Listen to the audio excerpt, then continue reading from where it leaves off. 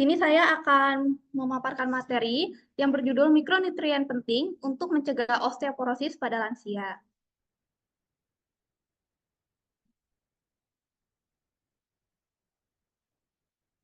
Nah, di sini saya mau nanya nih, apa sih yang pertama kali kalian pikirkan kalau kalian itu membaca kata osteoporosis?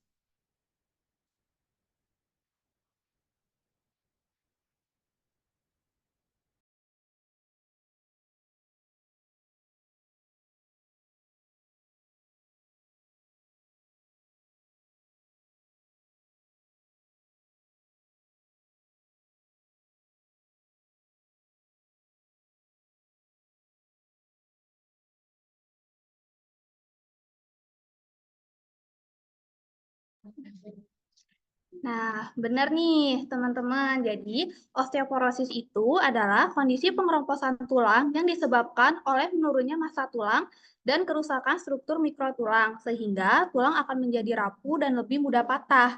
Ini bukan cuma masalah kecil ya, tetapi sudah jadi masalah kesehatan global, apalagi dengan semakin banyaknya populasi lansia di seluruh dunia. Tulang kita setiap saat terus mengalami proses yang namanya bone remodeling. Dalam proses ini, ada sel yang disebut osteoblast yang bertugas untuk membentuk tulang, dan ada sel yang namanya osteoklast yang bertugas untuk merombak tulang yang lama. Nah, puncak massa tulang kita biasanya terjadi di usia 25 sampai 30 tahun.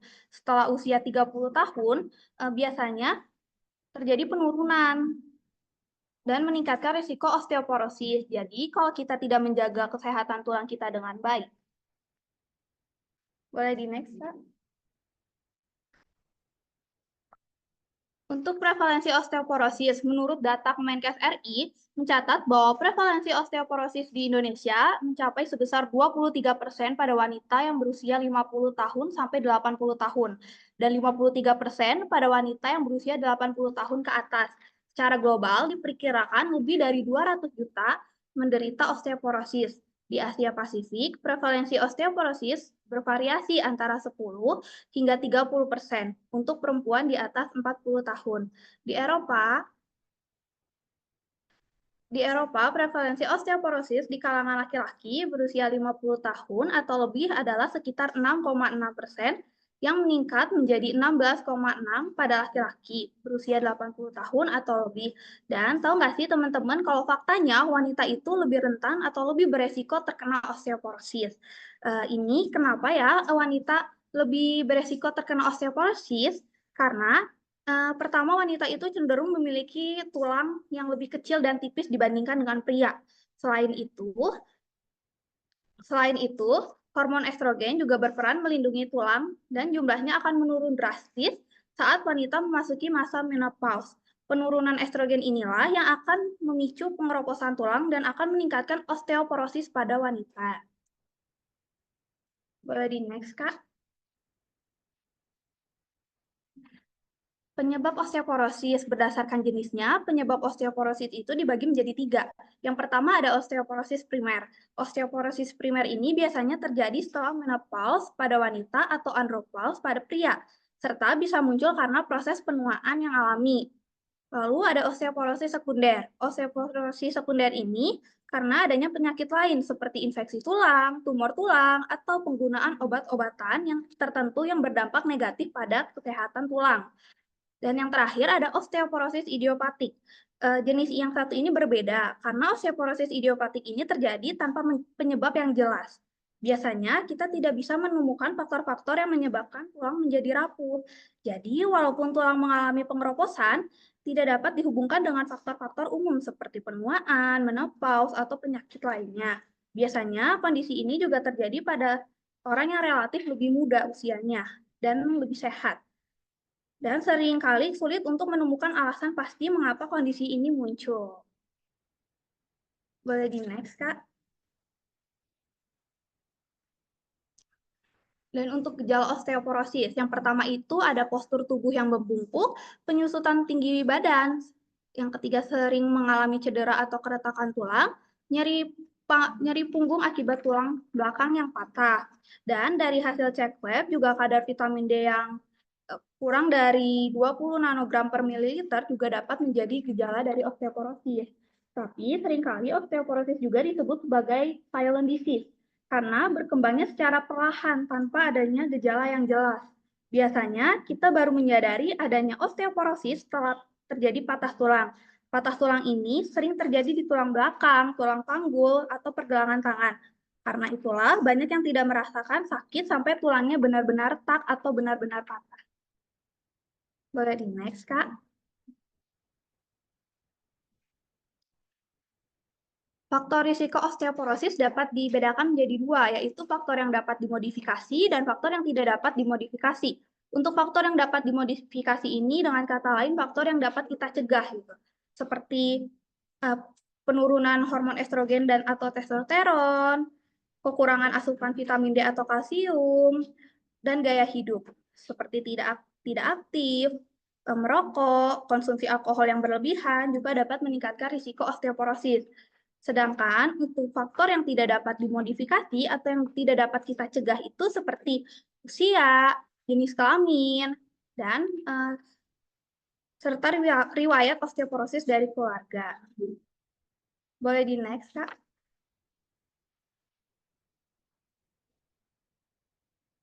Untuk patofisiologi osteoporosis, yang pertama meliputi ketidakseimbangan resorpsi dan pembentukan tulang. Kenapa sih? Karena aktivasi osteoklas yang bertugas merombak tulang lebih aktif dibandingkan osteoblas yang bertugas membentuk tulang baru. Ini menyebabkan tulang menjadi lebih rapuh dan meningkatkan resiko patah. Lalu ada peran estrogen. Peran estrogen juga sangat penting. Apalagi pada wanita yang memasuki masa menopause, kadar estrogen juga akan menurun drastis, dan estrogen ini fungsinya menjaga keseimbangan antara osteoklas dan osteoblas. Serta estrogen yang turun, resorpsi tulangnya akan meningkat dan pembentukan tulang barunya jadi berkurang. Lalu ada inflamasi dan sitokin proinflamasi seperti TNF, interleukin 1 dan interleukin 6. Juga sangat berkontribusi nih karena sitokin ini meningkat setelah menopause atau pada kondisi inflamasi yang akan mempercepat hilangnya kepadatan tulang. Osteoimunologi juga menjelaskan bagaimana sistem kekebalan tubuh mempengaruhi kesehatan tulang. Sel T dan sitokin yang dihasilkan dapat merangsang osteoklas dan mempercepat kerusakan tulang. Faktor lain juga sangat berpengaruh seperti genetik, gaya hidup, dan kondisi kesehatan. Kombinasi dari beberapa faktor ini akan menjadikan osteoporosis sebagai kondisi yang sangat kompleks. Boleh di next, Kak? Lalu gimana sih kita untuk mencegah osteoporosis itu? Pertama ada asupan gizi tinggi kalsium dan makanan yang bergizi, asupan vitamin D yang mencukupi kebutuhan, olahraga teratur dan melakukan aktivitas fisik, hindari rokok dan minuman alkohol serta kafein yang berlebihan. Boleh di next, Kak? Lalu mikronutrien penting untuk mencegah osteoporosis itu ada apa aja sih? Boleh di next, Kak? Yang pertama ada kalsium. Kalsium ini merupakan nutrisi penting untuk kesehatan tulang. Dengan 99% kalsium di dalam tubuh akan disimpannya di dalam tulang. Dan tulang terdiri dari 67% mineral seperti hidrokspatit dan 33% bahan organik, terutama kolagen. Ketika tubuh kekurangan kalsium, kadar kalsium dalam darah juga akan menurun, yang kemudian akan memicu peningkatan hormon paratiroid atau PTH. Hormon ini juga berfungsi untuk merangsang proses resorpsi tulang yang pada akhirnya akan menurun kepadatan mineral tulang dan meningkatkan resiko osteoporosis. Kalau dengar kata kalsium kan pasti kita langsung memikirkan tentang susu ya. Nah, jadi sumber makanan yang mengandung kalsium itu juga ada susu dan produk olahan lainnya seperti keju, yogurt, lalu ada ikan, sayuran hijau, dan kacang-kacangan.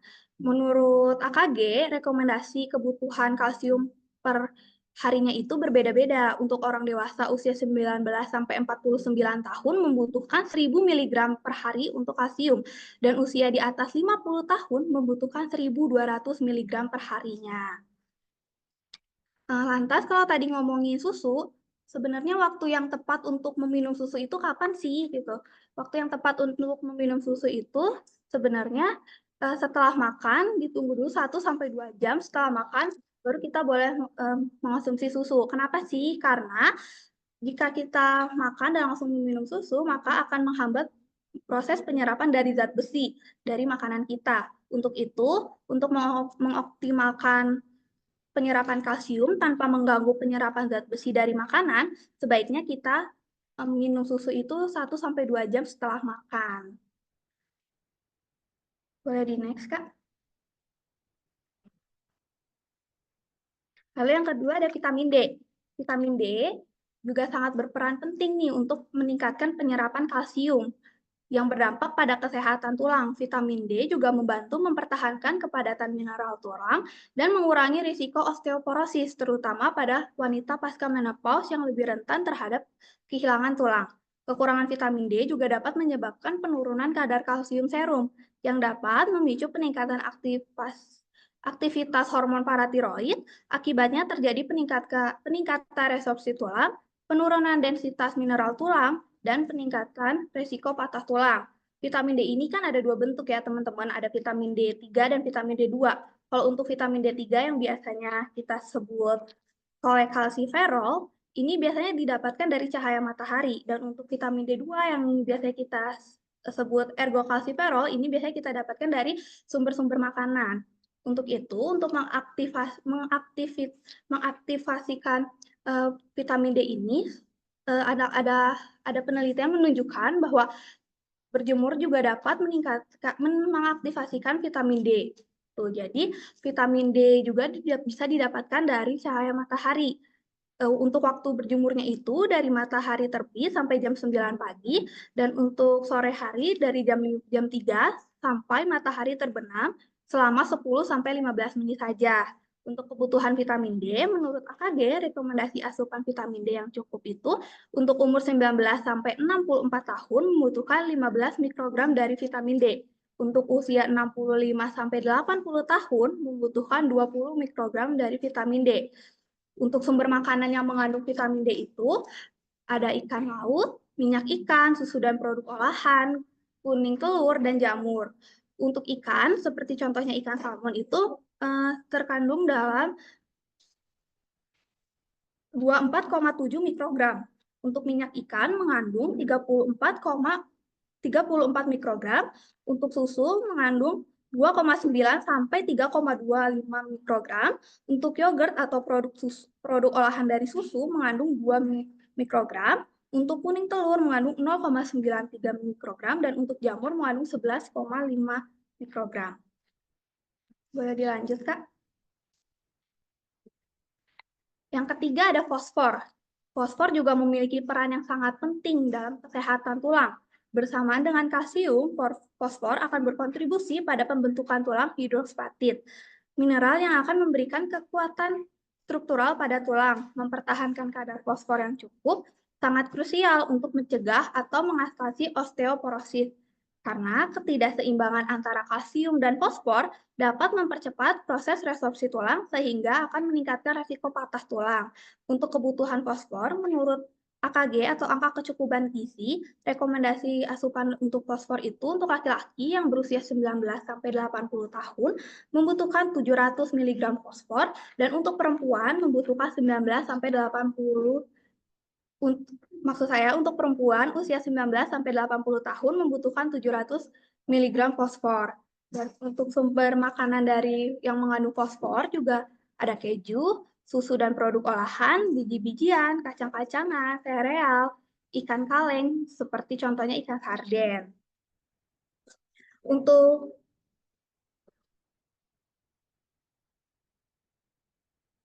Untuk keju itu mengandung 700 mg dan untuk susu mengandung 95 mg. Untuk produk olahan lainnya itu produk olahan dari susu itu mengandung 111 mg. Untuk biji-bijian mengandung kurang lebih 67 mg. Untuk kacang-kacangan mengandung 264 mg.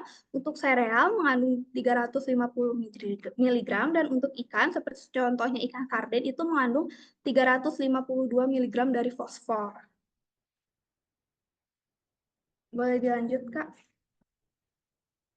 Lalu yang terakhir ada magnesium nih. Magnesium juga adalah Mineral yang penting untuk kesehatan tulang karena berperan dalam pembentukan dan pemeliharaan kepadatan tulang, serta pencegahan osteoporosis.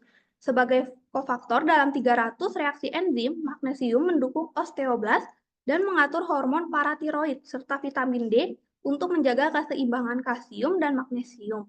Dan magnesium juga sangat penting karena cukupnya magnesium berkaitan dengan kepadatan mineral tulang yang baik. Kekurangan magnesium juga dapat meningkatkan resiko osteopenia. Osteopenia ini adalah tahap awal di mana kepadatan tulang rendah dan normal tetapi belum dikategorikan sebagai osteoporosis gitu.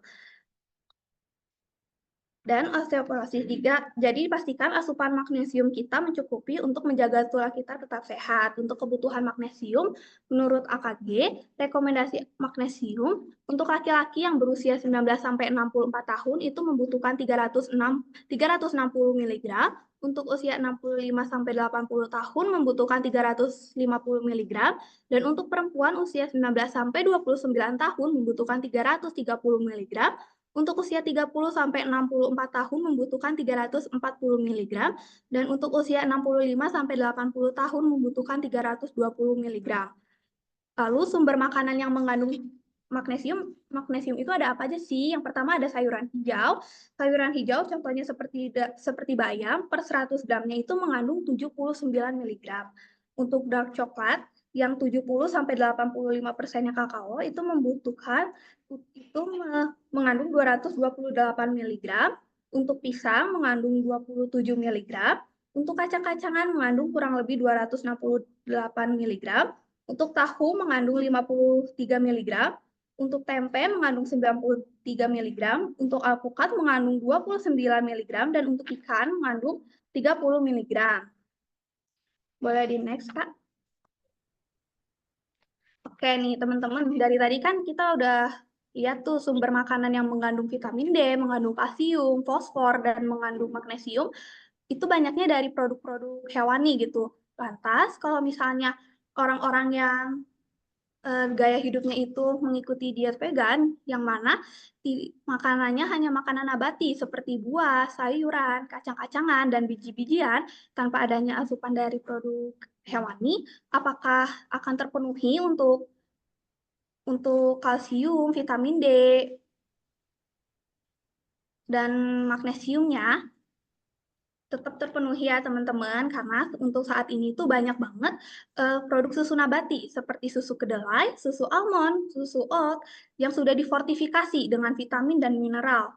Tetapi kita juga harus menambahkan suplemen dari vitamin atau mineral tersebut. Walaupun memang susu nabati tersebut tidak sebanyak kandungannya tidak sebanyak dengan susu sapi, tapi bisa kita tambahkan dengan suplemen lainnya. Boleh di next, Kak. Kesimpulannya, osteoporosis adalah kondisi yang membuat tulang menjadi rapuh dan lebih mudah patah, terutama pada lansia. Untuk mencegahnya, penting menjaga asupan kalsium dan vitamin D yang cukup. Dukungan oleh fosfor dan magnesium juga sangat berpengaruh pada osteoporosis guna memperkuat tulang. Selain itu, gaya hidup sehat seperti rutin berolahraga, menghindari merokok, serta membatasi alkohol juga sangat berperan penting untuk mencegah dari osteoporosis. Bagi yang menjalankan diet vegan, pastikan asupan kalsium dan vitamin D-nya tercukup melalui makanan yang sudah difortifikasi atau suplemen untuk menjaga kesehatan tulang dan mencegah osteoporosis. Boleh di next, Kak? Dan ini untuk referensi yang saya dapatkan untuk membuat materi tersebut. Boleh di next, Kak? Oke, terima kasih teman-teman atas partisipasinya. Semoga apa yang saya sampaikan boleh bermanfaat untuk kita semua, dan kita juga harus ingat selalu kalau pencegahan selalu lebih baik daripada pengobatan. Mulailah menjaga tulang sejak dini, karena mencegah osteoporosis hari ini adalah investasi untuk kesehatan dan kekuatan di masa depan. Ingat, apa yang kita konsumsi hari ini akan menentukan bagaimana kita bisa berdiri di masa depan.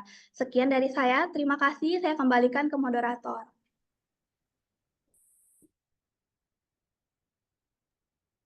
Baik, terima kasih banyak kepada Kak Esther atas pemaparannya yang sangat informatif. Jika ada pertanyaan, mohon untuk disimpan terlebih dahulu karena sesi tanya jawab akan dilakukan setelah kedua pemateri selesai. Sekarang kita lanjutkan ke pemateri kedua kita, yaitu Ibu Bernadette Victoria. Berikut adalah sedikit gambaran mengenai profil beliau.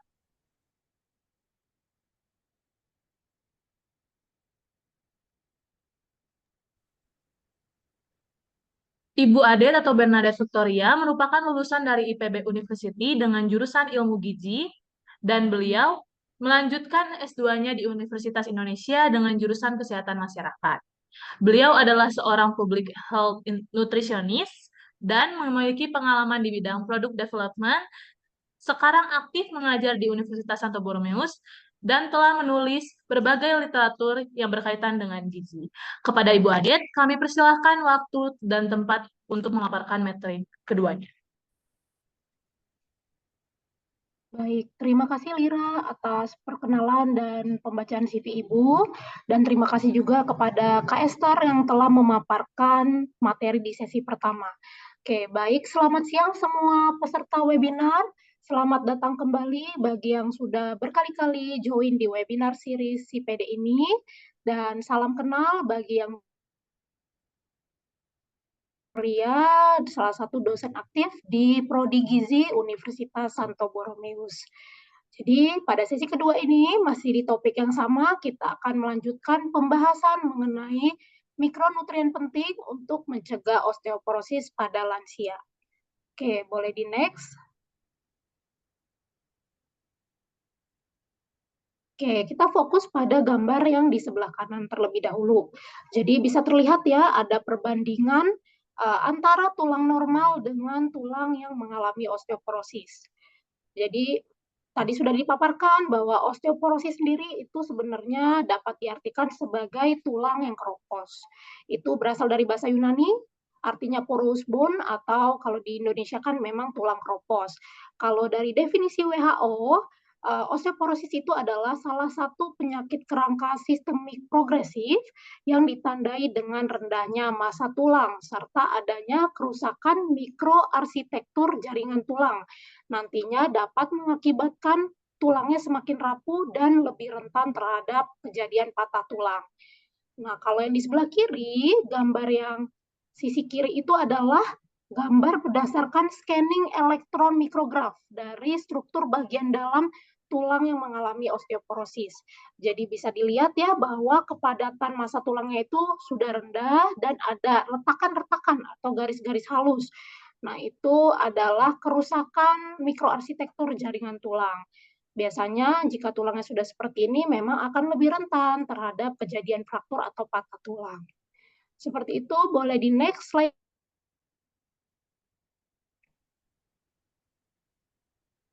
Pada slide kali ini, kita bisa melihat bahwa ada grafik. Grafik berikut adalah gambaran perkembangan massa tulang sepanjang kita hidup. Secara garis besar bisa kita bagi menjadi 3 tahapan. Ada di tahapan pertama atau di tahun-tahun awal, itu di mana masa pembentukan tulang, kemudian ada tahap atau tahun pertengahan, di mana fokusnya adalah remodeling tulang, lalu di tahap yang terakhir itu adalah resorpsi tulang. Nah, kita bahas satu persatu dari yang awal. Tahun awal itu adalah biasanya terjadi pada masa anak-anak dan juga pada masa remaja, di mana pembentukan tulang baru atau bone modeling terjadi secara cepat. Jadi, pada tahap ini sangat diperlukan kalsium yang cukup, karena untuk menunjang kebutuhan tulang membentuk tulang baru atau bone modeling. Nah, sekitar 95% masa tulang dewasa juga diperoleh puncaknya pada usia 16 tahun. Sehingga asupan kalsium pada tahun awal ini menjadi sangat penting, harus benar-benar diperhatikan bahwa telah mencukupi kebutuhan harian. Kemudian di tahun pertengahan itu akan terjadi remodeling tulang, di mana setelah tadi ya sudah masa pubertas,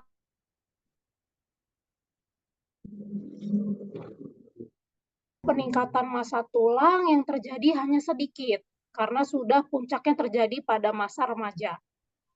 Nah, pada fase ini tulang mengalami proses remodeling, atau proses di mana bukannya lagi menambah massa tulang, tetapi hanya memperbaharui jaringan tulang lama dengan yang baru. Nah, pada orang dewasa yang sehat, sekitar 10 tahun sekali. Supaya kita bisa menjaga massa tulang agar tetap optimal, pada masa di tahun pertengahan ini juga tetap kita harus memperhatikan bahwa asupan kalsium itu tercukupi dengan baik. Kemudian yang terakhir di tahun-tahun akhir itu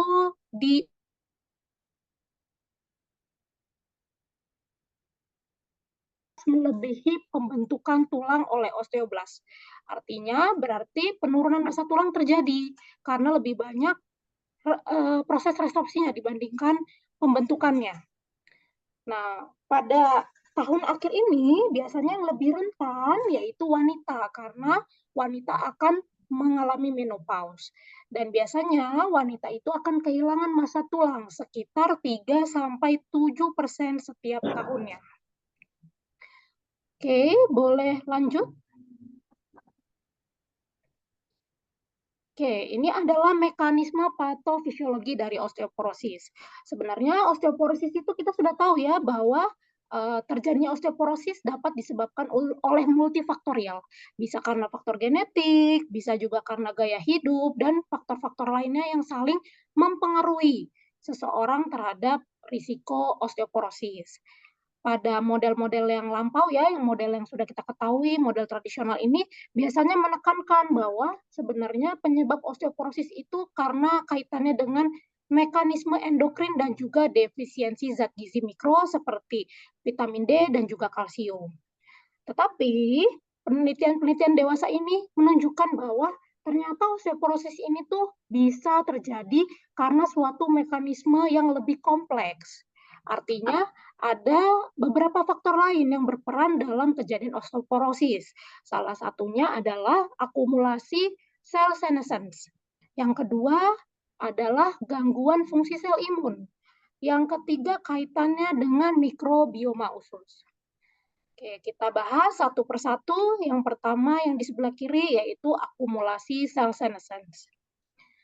Nah, dengan pertambahan usia, seiring bertambahnya usia kita ya, terjadi peningkatan akumulasi sel-sel yang mengalami senescence.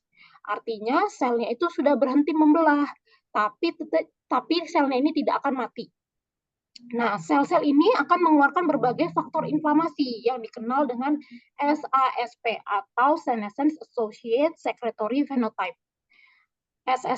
SASP inilah yang akan menyebabkan peradangan kronis yang mengganggu fungsi sistem imun dan juga akan mempengaruhi jaringan tulang kita. Ini akan berlanjut dan berhubungan ya dengan yang di tengah, impair immune cell function. Adanya gangguan fungsi sel imun. Itu bisa terjadi karena tadi akumulasi sel-sel senescence atau bisa juga karena faktor-faktor lainnya yang mempengaruhi ketahanan imun seseorang. Nah, pada sel imun yang terganggu, fungsi normalnya, sehingga terjadilah ketidakseimbangan antara proses resorpsi atau penghancuran dengan pembentukan tulangnya. Hal ini yang nanti menyebabkan adanya penurunan massa tulang sehingga meningkatkan risiko osteoporosis. Kemudian yang ketiga, itu yang di sebelah kanan, ada kaitannya dengan mikrobioma usus.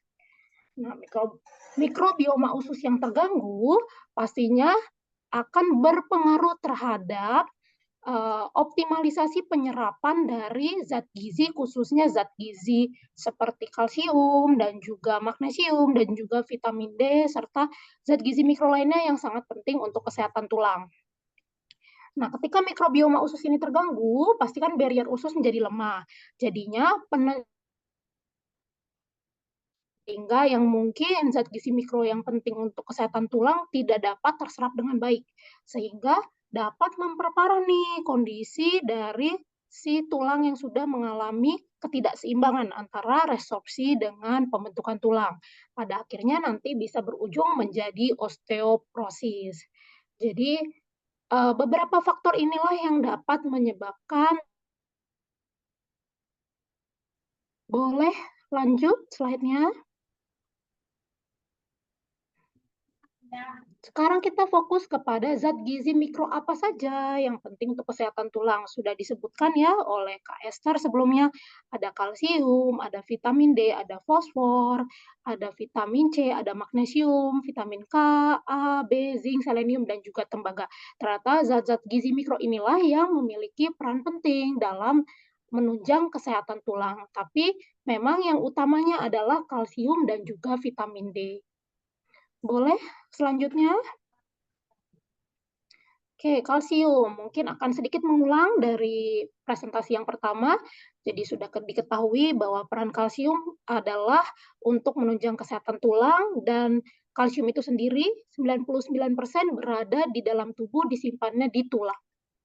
Kemudian jika asupan Ca tidak dapat terpenuhi untuk sampai memenuhi kebutuhan cukup harian, maka pastinya akan menghambat atau mempengaruhi pertumbuhan tulang normal serta proses mineralisasi tulang. Nah, kekurangan Ca yang terkait dengan gangguan hormonal juga akan meningkatkan risiko dari osteoporosis. Lalu untuk jumlah dan juga sumber kalsium dalam diet itu biasanya dapat kita dapatkan dari produk-produk susu, susunya itu sendiri, dan berbagai kacang-kacangan seperti almond, dan juga sayuran hijau, dari tofu, makanan laut, dan beberapa makanan atau minuman yang sudah diperkaya atau difortifikasi dengan kalsium. Selanjutnya,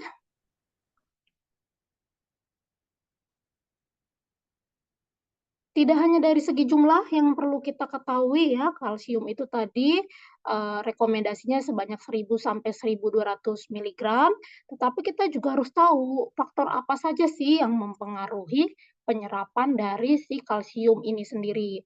Penyerapan kalsium ternyata dipengaruhi oleh beberapa zat anti gizi seperti oksalat dan juga fitat.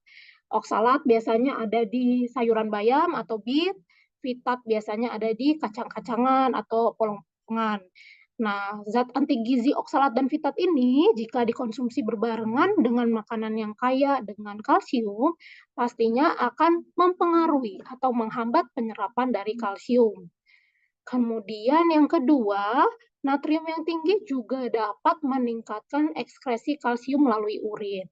Jadinya pasti kadar urin di dalam darah maupun di dalam tulang tidak optimal.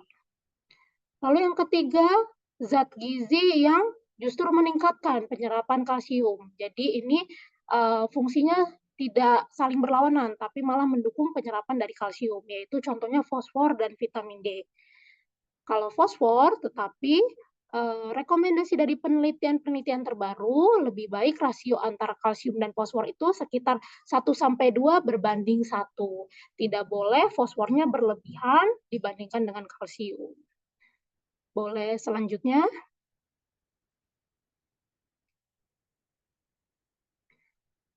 Sudah disebutkan bahwa kalsium dan vitamin D ini seperti primadonanya jika kita membicarakan tentang kesehatan di tahun 2023 ya, yang menunjukkan bahwa dia ingin membandingkan bagaimana sih suplementasi pada kesehatan tulang jika ada 2 skenario. Yang pertama, jika hanya menggunakan suplementasi vitamin D yang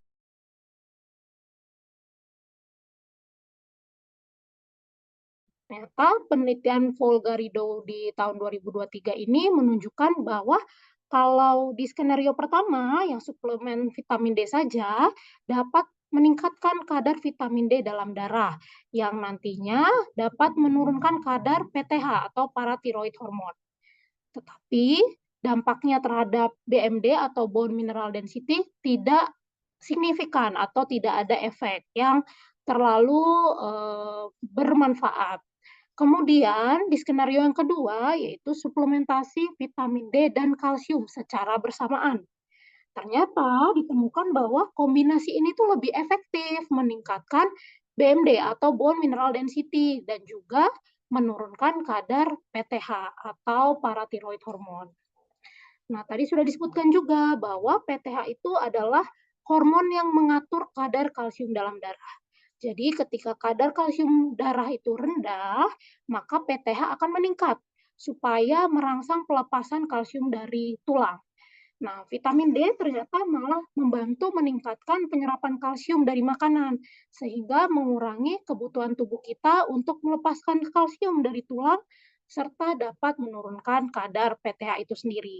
Jadi dari hasil penelitian ini dilihat bahwa kombinasi dari vitamin D dan kalsium secara bersamaan memiliki efek yang lebih baik. Seperti itu. Boleh kita lanjut?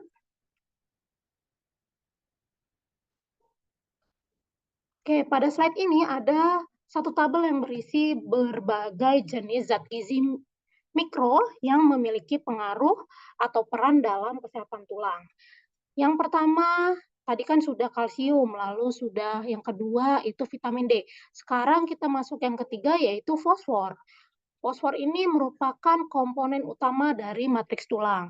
Namun, perlu diingat yang tadi Ibu sudah sebutkan, konsumsi yang berlebihan terutama pada kelompok yang memang kadar kalsiumnya rendah, malah dapat meningkatkan hormon paratiroid yang nantinya memicu resorpsi atau pelepasan kalsium dari tulang. Jadi, lebih baik kalau rasionya kalsium berbanding dengan fosfor itu kalsium 1-2 baru si fosfornya berbanding 1. Nah, rekomendasinya batasi konsumsi makanan ultraproses karena biasanya kandungan fosfornya cukup tinggi. Lalu yang keempat itu ada magnesium. Magnesium itu adalah kofaktor enzimatik yang penting dalam sintesis matriks tulang. Kekurangannya dapat mengganggu sekresi dari PTH atau paratiroid hormon. Kemudian dapat menurunkan kadar vitamin D dan juga dapat meningkatkan resorpsi tulang. Pastikan kalau memang mau mengkonsumsi magnesium yang cukup itu dapat berasal dari makanan seperti kacang-kacangan, biji-bijian, dan yang lainnya. Kemudian yang kelima ada vitamin B. Vitamin B ini terlibat dalam metabolisme homocysteine. Kekurangan vitamin B6, B9, B12 dapat meningkatkan kadar homocysteine darah yang menjadi faktor risiko osteoporosis. Jadi tapi belum terlalu banyak penelitian nih yang membahas terkait pengaruh langsung vitamin B pada tulang. Mungkin untuk di masa yang akan datang akan lebih banyak lagi hasil-hasil penelitian yang menunjang statement bahwa vitamin B memiliki pengaruh langsung pada tulang. Selanjutnya ada vitamin C. Vitamin C ini berperan dalam pembentukan osteoblas dan juga sintesis kolagen, di mana baik osteoblas maupun kolagen menjadi penting dalam mendukung struktur dan kekuatan tulang.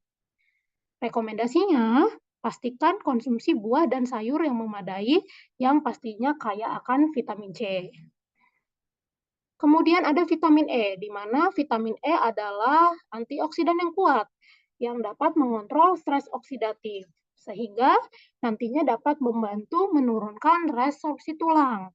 Untuk rekomendasinya, konsumsilah minyak-minyak nabati atau minyak sayur, serta biji-bijian yang memang kaya vitamin E. Kemudian yang terakhir yaitu vitamin K. Vitamin K ini merupakan kofaktor penting dalam proses aktivasi osteokalsit yang dapat mendukung pertumbuhan tulang. Kekurangan vitamin K ini dapat meningkatkan kadar osteokalsin yang tidak aktif sehingga memperbesar risiko patah tulang akibat osteoporosis.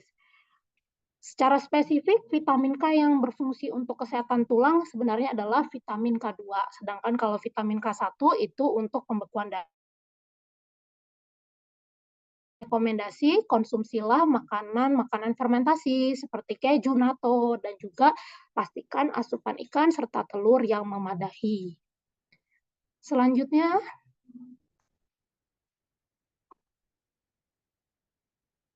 nah lalu bagaimana pola makan seimbang yang baik untuk mendukung kesehatan tulang serta mencegah osteoporosis? Pastinya harus memastikan bahwa kalsium dan vitamin D harian kita telah terpenuhi. Ini kisarannya di antara 1000 sampai 1200 mg per hari. Tadi secara detail per usia sudah dijabarkan oleh Kak Esther. Lalu untuk vitamin D 15 sampai 20 mikrogram per hari. Lalu buah dan sayur, ternyata juga ada penelitian yang mendukung bahwa konsumsi lebih dari 5 porsi buah dan sayur per hari itu dapat berdampak pada kesehatan tulang. Lalu kurangi makanan ultraproses. Tadi kaitannya dengan kandungan fosfor yang tinggi atau berlebihan agar tidak mengganggu keseimbangan rasio kalsium dan fosfor. Selanjutnya, kemudian ada penelitian di tahun 2020 yang membahas terkait berbagai macam pola makan atau pola diet dengan kaitannya terhadap kesehatan tulang. Nah, yang pertama ini ada diet Mediterania, nanti ada Western diet, ada Asia diet, sama yang terakhir ada diet vegetarian.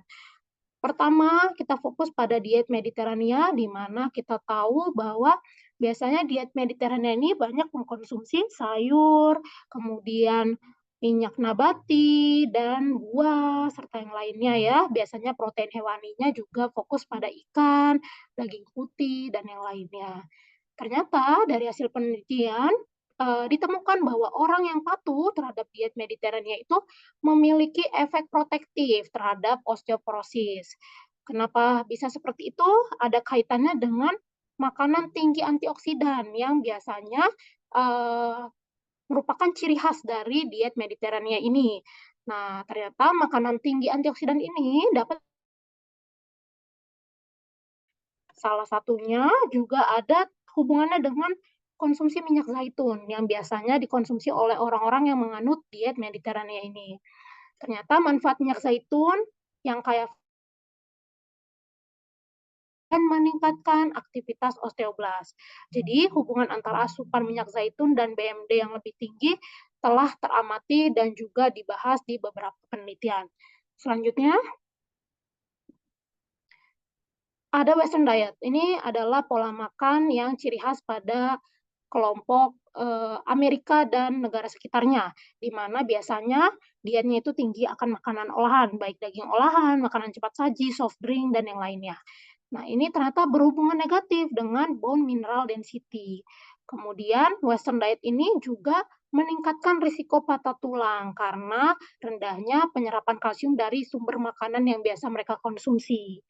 Lalu yang ketiga ada Asia diet atau pola makan yang biasanya diterapkan oleh orang-orang Asia. Nah, pola makan Asia ini ciri khasnya itu tinggi kedelai dan juga ikan yang berhubungan dengan isoflavon dan asam lemak omega 3. Isoflavon dan asam lemak omega 3 ini ternyata dapat menurunkan insiden patah tulang dan juga dapat memperbaiki kesehatan tulang pada wanita khususnya pasca menopause. Pola makan yang kaya buah dan sayuran juga menunjukkan efek pencegahan yang signifikan terhadap risiko patah tulang, yang mana biasa dilihat pada orang-orang Asia bahwa konsumsi sayur dan buahnya cukup tinggi. Selanjutnya,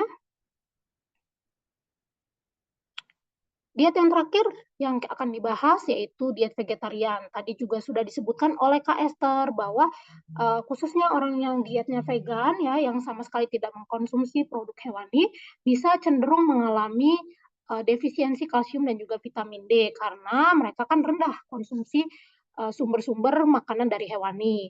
Nah, kecenderungan ini bisa diatasi sebenarnya dengan suplementasi atau konsumsi berbagai pangan nabati yang sekiranya masih mengandung kalsium dan vitamin D. Jadi penting ya bagi vegan untuk mencari sumber kalsium alternatif dan mempertimbangkan suplemen yang sekiranya dapat mencegah kekurangan zat gizi mikro tersebut.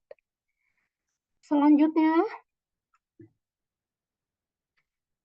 nah, jadi dari penelitian atau meta-analisis terbaru ternyata bisa dilihat bahwa pola makan yang tadi yang western ya, yang tinggi daging olahan, daging-dagingan merah, refined grains gitu, ternyata berhubungan dengan rendahnya bone mineral density serta peningkatan risiko patah tulang. Jadi pola makan sehat yang kaya buah dan sayuran menunjukkan efek terhadap risiko patah tulang. Selanjutnya,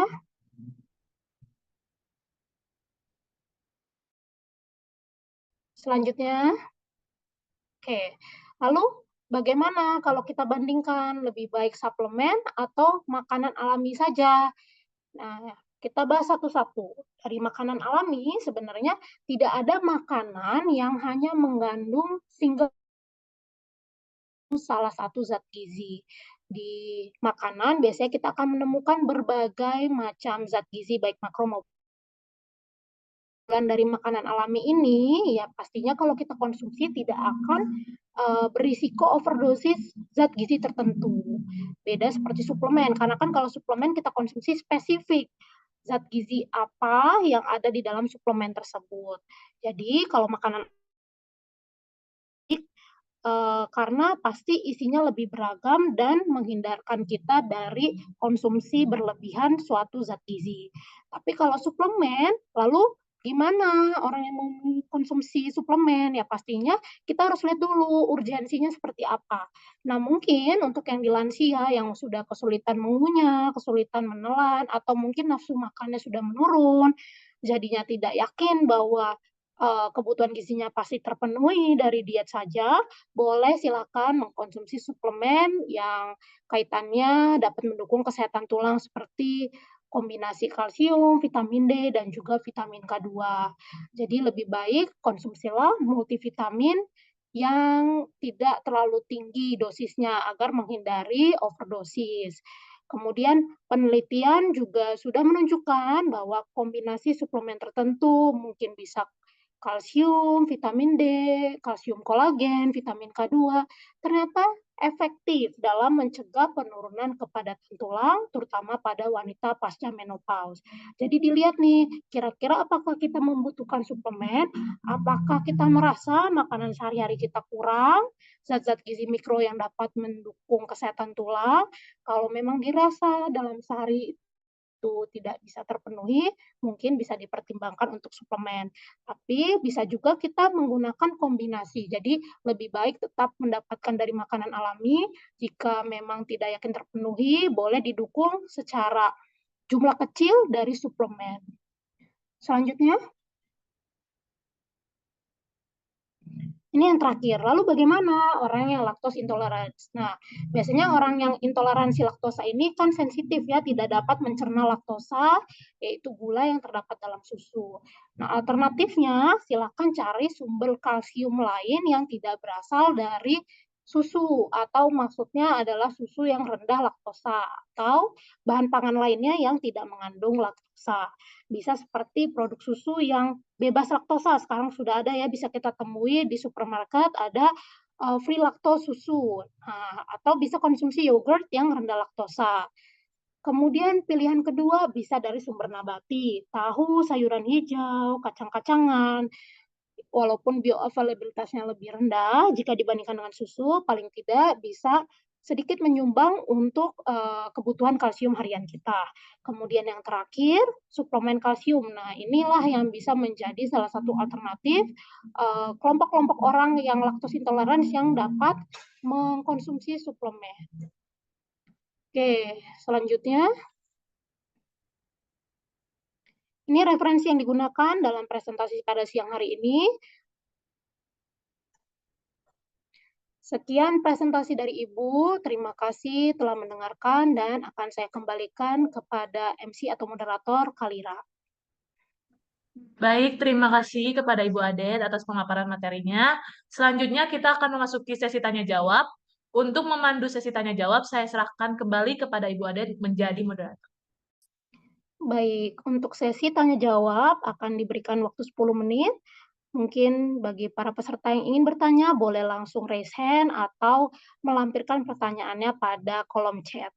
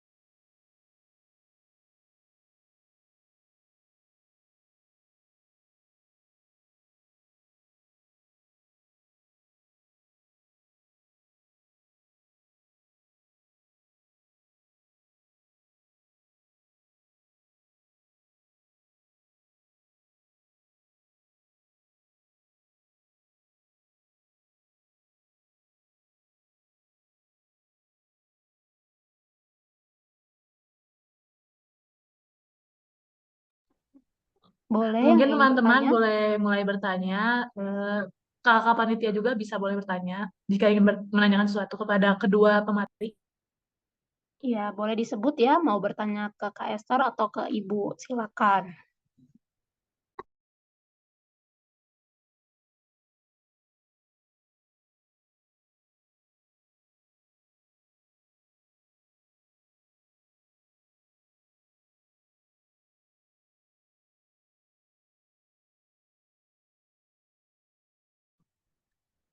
Teman-teman bisa menanyakan lewat raise hand atau kolom chat ya.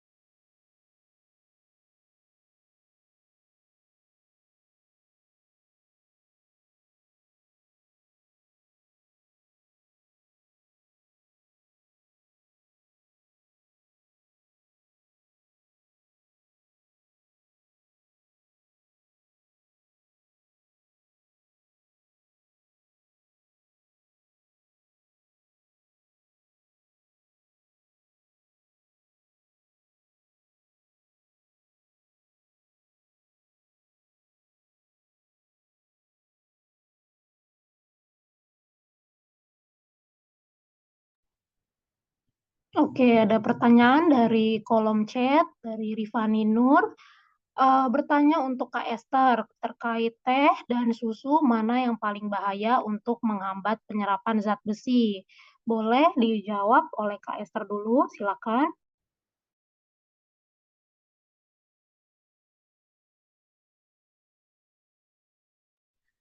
Baik, terima kasih atas pertanyaan dari Rifani. Eh, Teh dan susu mana yang paling bahaya untuk menghambat penyerapan zat besi? Menurut saya teh ya, karena di dalam teh itu kan mengandung tanin. Tanin dapat menghambat penyerapan zat besi. Jadi, ketika kita makan makanan yang mengandung zat besi, lalu sesudah itu kita minum teh, maka itu akan berbahaya. Terima kasih. Oke, baik Ibu izin menambahkan, ya jika di pertanyaannya terkait perbandingan teh dan susu, mana yang dapat menghambat penyerapan zat besi lebih merugikan. Nah, pastinya teh, karena kalau teh itu ada yang namanya tanin. Nah, tanin ini nanti bisa membentuk suatu kompleks dengan zat besi. Nah, ini akan menghambat proses penyerapan zat besi. Sedangkan kalau susu lebih ke arah persaingan dalam penyerapan di usus. Jadi, kalau ditanyanya terkait dengan penyerapan zat besi, konsumsi bersamaan dengan Fe, seperti itu.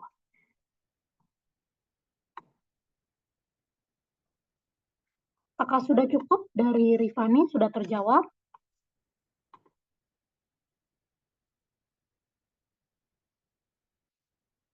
Cukup.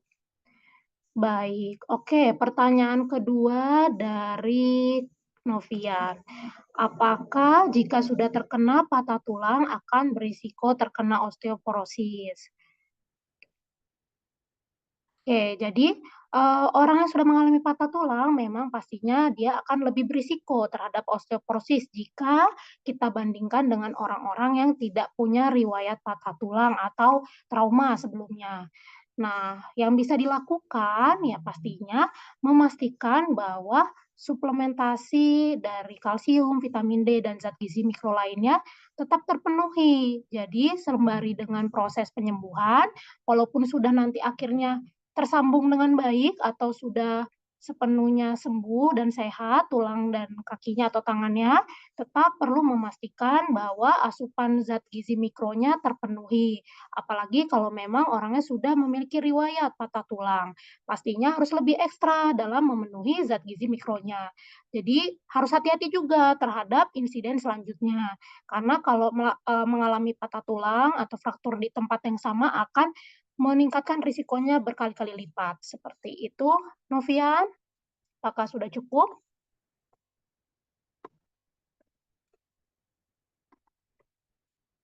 Atau dari Esther, apakah mau ditambahkan? Sebelum kita ke pertanyaan yang ketiga.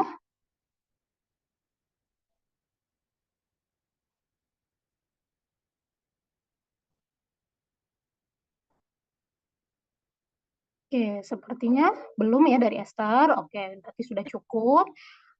Selanjutnya, dari Rachel atau dari Rahel ya, ingin bertanya terkait apakah osteoporosis bisa dialami oleh anak-anak. Jawabannya iya, memungkinkan ya, karena bisa juga osteoporosis juvenil atau osteoporosis pediatrik. Nah, ini adalah istilah untuk